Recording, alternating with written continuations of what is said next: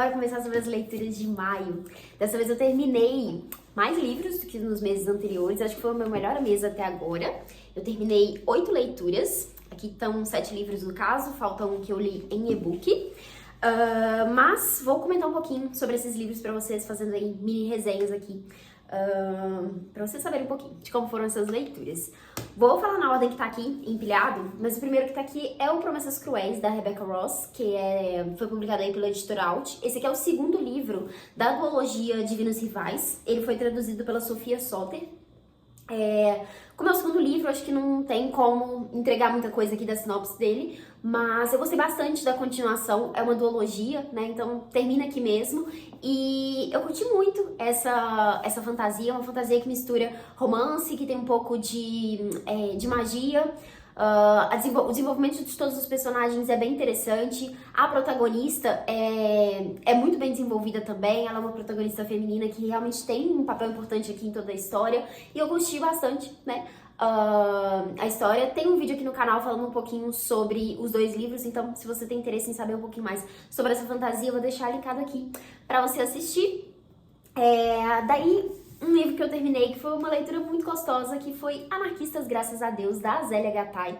Que esse livro aqui foi publicado pela Companhia das Letras. É um livro de memórias da Zélia. Ela vai contar aqui um pouquinho sobre a família dela, né? A família dela é italiana, eles chegaram no Brasil aí nessa busca, né, por terra para enriquecer, enfim. E aqui eles criaram raízes, né? A família dela foi crescendo e aumentando aqui. E aí ela vai falar um pouquinho aqui desses casos aqui da infância. Ela vai falar sobre o pai, sobre a mãe, sobre os irmãos dela, sobre outras pessoas ali que estiveram presentes na família. E é um relato, assim, muito interessante, sabe? É realmente muito envolvente, muito divertido. Ela consegue contar tudo aqui de uma forma bem amena, assim. Ela conta pelo ponto de vista, como se ela fosse criança, né? Ela escreveu isso aqui mais velha, claro, mas ela conta aí pela perspectiva da Zélia criança. E daí isso torna tudo mais interessante, né? Mais divertido ali, enfim. Eu gosto muito quando autores trazem perspectivas infantis nas histórias. Eu acho que isso foi uma das coisas que me ganhou aqui. E assim, sem contar que acaba sendo um relato muito interessante sobre a história, né? Porque a família dela se instalou ali em São Paulo, então ela traz um pouco de várias coisas que aconteceram ali no Brasil, que interferiram na família dela, enfim. Ela vai, claro, sem aprofundar em nada disso, mas a gente consegue fazer as conexões ali do que ela tá falando, né, das coisas que aconteceram em certos momentos. Enfim, leitura maravilhosa, super recomendo esse livro aqui, gostei demais dessa leitura. Agora o próximo que eu li, que foi a última leitura finalizada no mês, foi Memórias do Subsolo, do Fyodor Dostoiévski. Esse aqui foi traduzido pelo Boris Schneiderman, publicado pela editora 34. É um livro bem curtinho, ele tem menos de 150 páginas, mas assim, pensa num trem difícil de ler. Não difícil de ler, desculpa, é porque é desafiante. O que tem aqui nesse livro? A gente tem um personagem que ele se considera aí um cara mau, ruim, e aí ele tá, assim, no subsolo.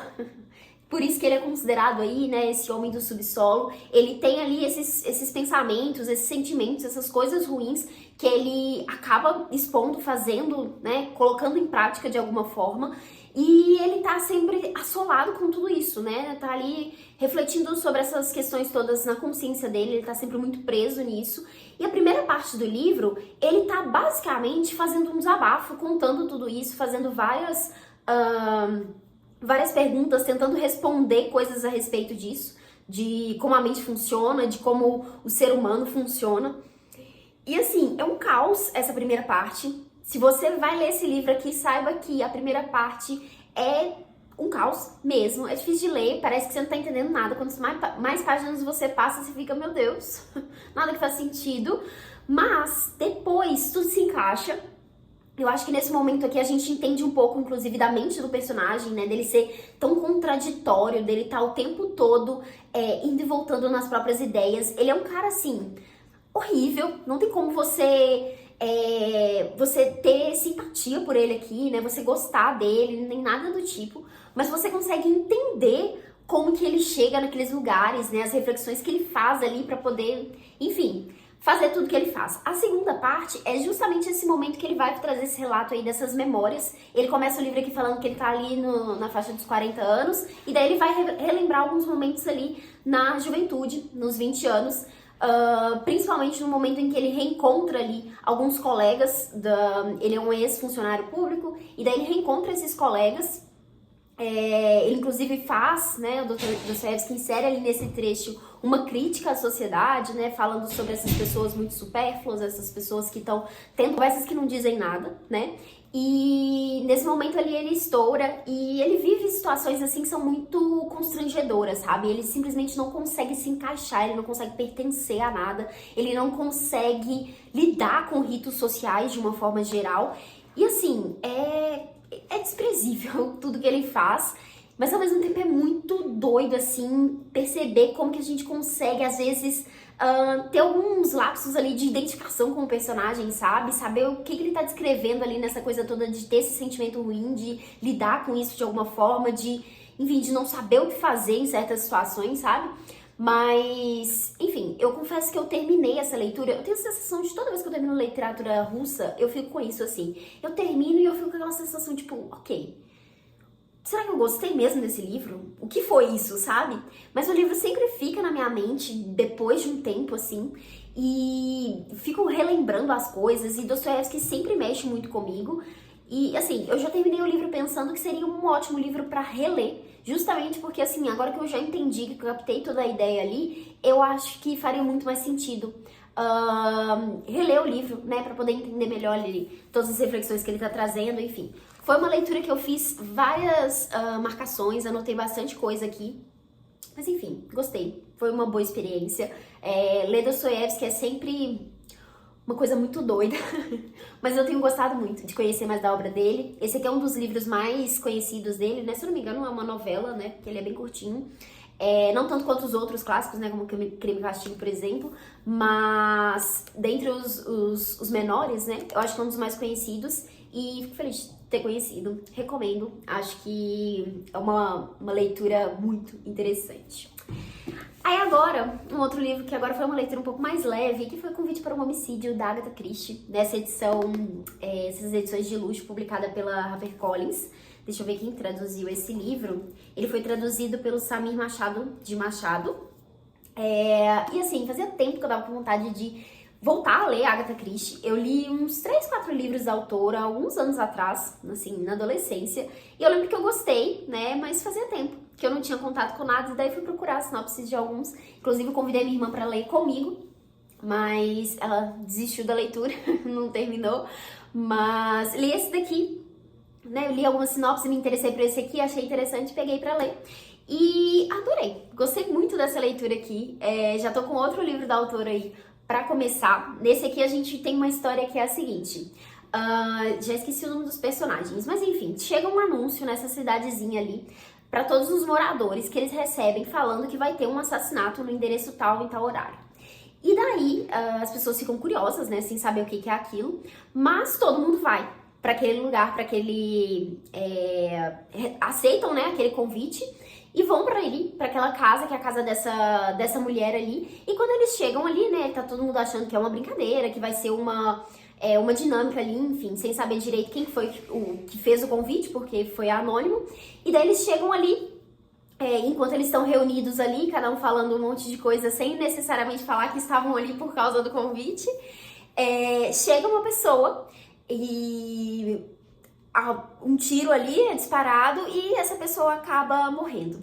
E daí vira uma cena de crime, né? A gente tem aí os detetives que chegam para poder investigar o caso. A suspeita é que o cara tentou atirar para poder matar a dona da casa e depois suicidou. Enfim, essa é a primeira teoria, mas aos poucos a gente vai conhecendo um pouquinho de todos os personagens, entendendo um pouquinho ali o que cada um viu naquele momento, o que aconteceu, o que cada um tá fazendo ali, né? A importância de cada um dos vizinhos ali na vida dessa mulher para poder desvendar todo esse mistério. Eu fiquei bem surpresa com o final, gostei bastante do desenvolvimento. Aqui a gente tem a Mrs. Marple, acho que é esse o nome dela, que é uma velhinha, né? Então essa é uma das personagens da Agatha Christie, que faz essas investigações. Então ela meio que colabora ali com a com a polícia, né, pra poder fazer essa investigação. Enfim, no fim das contas é ela quem desvenda todo o caso. Mas curti bastante e tô ansiosa pra ler outros livros da Agatha Christie a partir de agora. Daí um outro livro que eu comentei inclusive em um vlog recente aqui do canal, que é essa tal de Bossa Nova da Bruna Ramos da Fonte, com a colaboração do Roberto Menescal. Esse livro foi publicado pela Rocco e aqui a gente vai ter um pouquinho sobre o contexto aí da Bossa Nova no Brasil, como que ela surgiu. E, enfim, um pouquinho de todo esse cenário, né, da música brasileira. Na primeira parte, narrado aí pelo ponto de vista do próprio Roberto Menescal, né, foi escrito pela Bruna, mas ela toma aí emprestado, né, a voz do Roberto para poder contar toda essa história, que é um cara que fez parte ali, né, do surgimento da Bossa Nova, tava ali nesses primeiros encontros que rolaram entre os grandes nomes da Bossa Nova que fizeram, né, tudo isso acontecer. E aqui a gente tem várias curiosidades, várias anedotas. Ele vai explicar muita coisa aqui nessa primeira parte, né, falando um pouquinho sobre o relacionamento dele com várias outras pessoas. E na segunda parte ele vai falar um pouquinho sobre o trabalho dele como produtor, né, daí ele cita vários discos muito importantes aí pra música brasileira. E vai trazendo de novo mais curiosidades, mais detalhes ali. É muito interessante, acho que pra quem gosta de música isso aqui é um prato cheio. A escrita é muito tranquila, assim, bem simples, bem acessível. Então, maravilhoso essa leitura aqui, foi uma grata surpresa ter descoberto esse livro agora. Daí um outro que também comentei nesse mesmo vlog foi Os Segredos que Guardamos, da Lara Prescott, que esse livro foi publicado pela Intrínseca e a tradução da Alessandra Steschi. Esse livro aqui vai trazer um contexto, vai ser baseado aí no contexto real, que é o lançamento do livro Doutor Zhivago, de um escritor russo. Esse livro foi lançado primeiramente fora da Rússia. Na época o autor estava encontrando aí certa resistência para a publicação do livro ali no país, porque estava indo contra as regras ali, as diretrizes, enfim. O livro foi censurado no país e daí ele foi e optou por entregar o manuscrito para uma editora italiana que fez a tradução, lançou o livro, e depois o livro foi traduzido para vários outros idiomas, enfim. O autor chegou a ganhar o Prêmio Nobel de Literatura, mas precisou recusar, justamente por todo esse conflito ali que estava tendo, né, em relação à publicação. Enfim, esse é o contexto real da história. E aí, o que a gente tem aqui nesse livro? A autora vai falar um pouquinho de como que esse livro foi usado aí pela CIA, né, pela Agência de Investigação ali dos Estados Unidos, como uma arma política, né? O que eles fizeram? Eles fizeram edições em russo do livro e contrabandearam para entregar ali para essas pessoas, né, que não tinham acesso ao livro, porque ele tinha sido lançado fora, mas não tinha edições ali no país. Então eles fazem todo esse trabalho e aí o livro vai ser dividido entre esses dois pontos de vista. A gente vai acompanhar um pouquinho dessa parte nos Estados Unidos, que a gente tem a Irene, que é uma datilógrafa. Ela vai trabalhar ali na agência e além de datilógrafa, ela faz alguns trabalhos ali como espiã, né, fazendo entregas de algumas coisas, recebendo certas coisas, enfim, sempre meio no escuro, mas é uma pessoa importante ali. E daí ela se relacionando junto com outras várias datilógrafas ali, isso na parte dos Estados Unidos. E na parte da Rússia a gente tem a história da Olga, que é a amante do Boris, que é o escritor de Doutor Zhivago. Daí a gente tem um ponto de vista da Olga, que ela vai contar um pouquinho da experiência dela, né, da vivência dela com tudo isso. Ela chegou a ser presa, foi enviada aí para um campo de concentração nesse período, justamente por causa do lançamento do livro. Ela depois é solta, depois de um tempo, né, ela sai, volta para ele, eles, enfim, continuam esse relacionamento, e aí a gente conhece um pouquinho dessa parte da história. Eu gostei do livro, achei a história muito interessante, eu não sabia, né, de todo esse contexto da história, né, do lançamento do livro, e achei tudo isso muito interessante, mas fiquei com algumas ressalvas em relação à forma como a autora desenvolveu toda a história, né? Eu senti que na primeira parte do livro ficou faltando ali, talvez, um desenvolvimento maior nessa parte da Rússia, justamente para ter uma conexão melhor com os personagens ali. Uma coisa que ficou pra mim foi: eu não tive empatia nenhuma, nem pelo Boris, nem pela Olga, por mais que eles estivessem passando por uma situação ali que era muito difícil, muito complexa. Enfim, eu não consegui ter essa empatia justamente pela forma como tudo foi apresentado ali. Eu fiquei o tempo todo meio assim, ok, eles estão fazendo coisas ali que, sei lá, não consegui me afeiçoar aos personagens, sabe? Eu acho que era a intenção da autora nesse ponto. Inclusive no desfecho aqui tem um trechinho que ela vai explicar um pouquinho sobre referências que ela teve pra poder escrever isso. Ela fala sobre essa ideia toda de trazer a mulher, de mostrar como as mulheres tiveram essa participação na história, enfim. E daí, a segunda parte, pra mim, o que faltou foi justamente um desenvolvimento melhor da parte dos Estados Unidos, que é justamente essas mulheres ali espiãs. Eu senti que a coisa foi deixada meio de lado, assim. Enfim, faltou alguma coisa, sabe, pro livro ser tudo isso. Mas é uma boa leitura. Eu acho que pra quem se interessou, pra quem gosta desse tipo de livro, né, que é investigação, que traz um pouco desse contexto de guerra, aqui no caso Guerra Fria, acho que pode curtir bastante, né? Foi uma leitura prazerosa. Eu realmente fiquei muito presa na narrativa, assim, apesar de ter tido essas ressalvas, eu comecei a ler e, assim, não parei, sabe? Eu fiquei realmente empolgada, querendo saber o que ia acontecer, queria entender toda a história, então curti bastante, apesar de ter alguns pontos aí com essa leitura.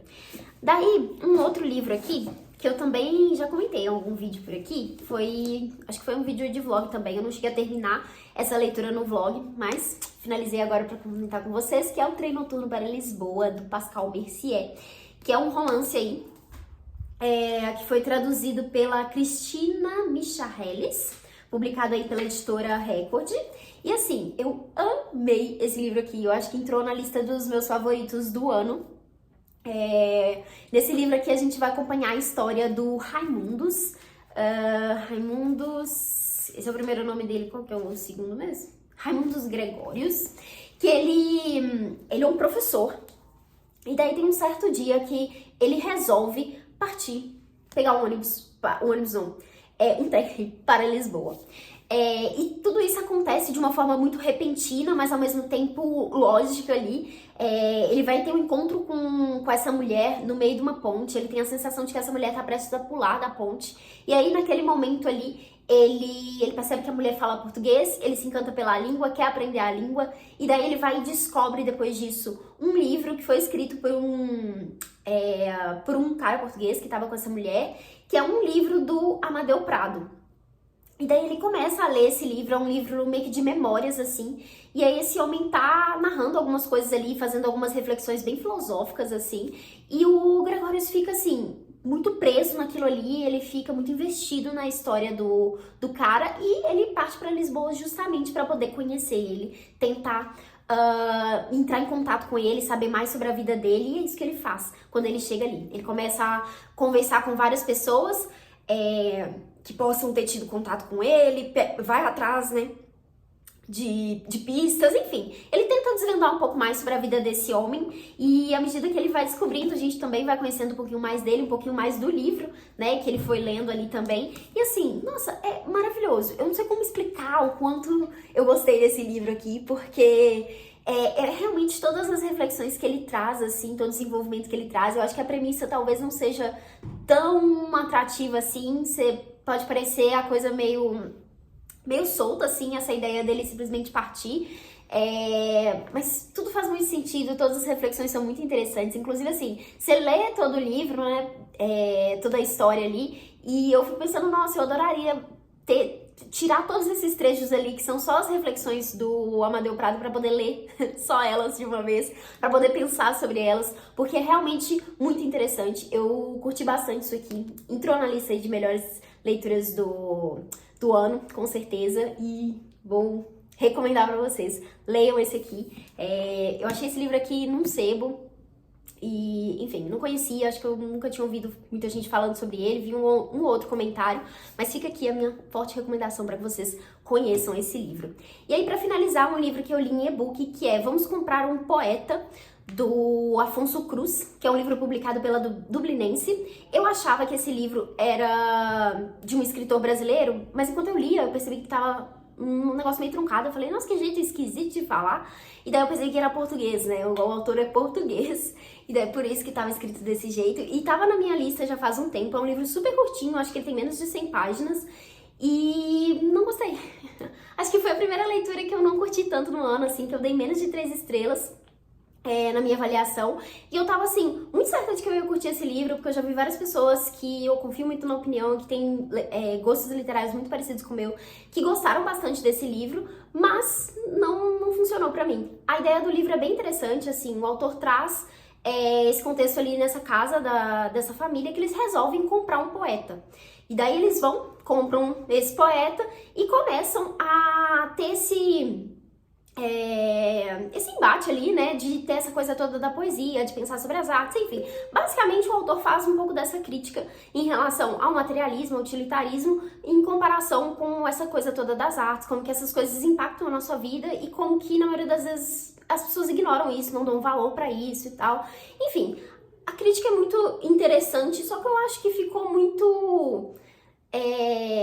ele ficou repetindo demais as coisas, sabe? Tipo, desnecessariamente. Eu acho que a coisa poderia ter sido um pouco mais sutil ali, poderia não ter tanta explicação o tempo todo do que ele estava tentando apresentar ali, sabe? Eu acho que ficou óbvio demais, né? Foi explicado demais ali muitas vezes e isso me cansou um pouco. E olha que o livro é curto e, enfim, não gostei tanto quanto eu esperava. Acho que a ideia é legal. No finalzinho o autor ainda traz algumas pesquisas ali, né, algumas referências que ele fez para falar algumas coisas ali, né, sobre o mercado de trabalho, sobre como que essas coisas todas influenciam, né, todas essas coisas de arte, enfim, tudo isso influencia e impacta na vida das pessoas. Eu não sei se foi porque era um assunto já batido pra mim, que eu já li muita coisa sobre isso, daí por isso não me empolguei tanto, mas enfim, não curti tanto essa leitura.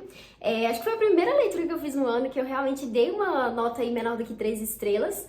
Mas, enfim, continua sendo um bom ano aí de leituras. Foram esses aí os 8 livros que eu li em maio. Acho que foi o mês que eu mais li até agora. E tô bem feliz aí com as leituras de 2024. É isso. Eu espero que vocês tenham gostado. Me conta aqui embaixo nos comentários quais foram os livros que vocês leram nesse último mês ou qual dessas leituras que vocês mais se interessaram. Vou adorar conversar com vocês e a gente se vê no próximo vídeo. Boas leituras por aí e até mais!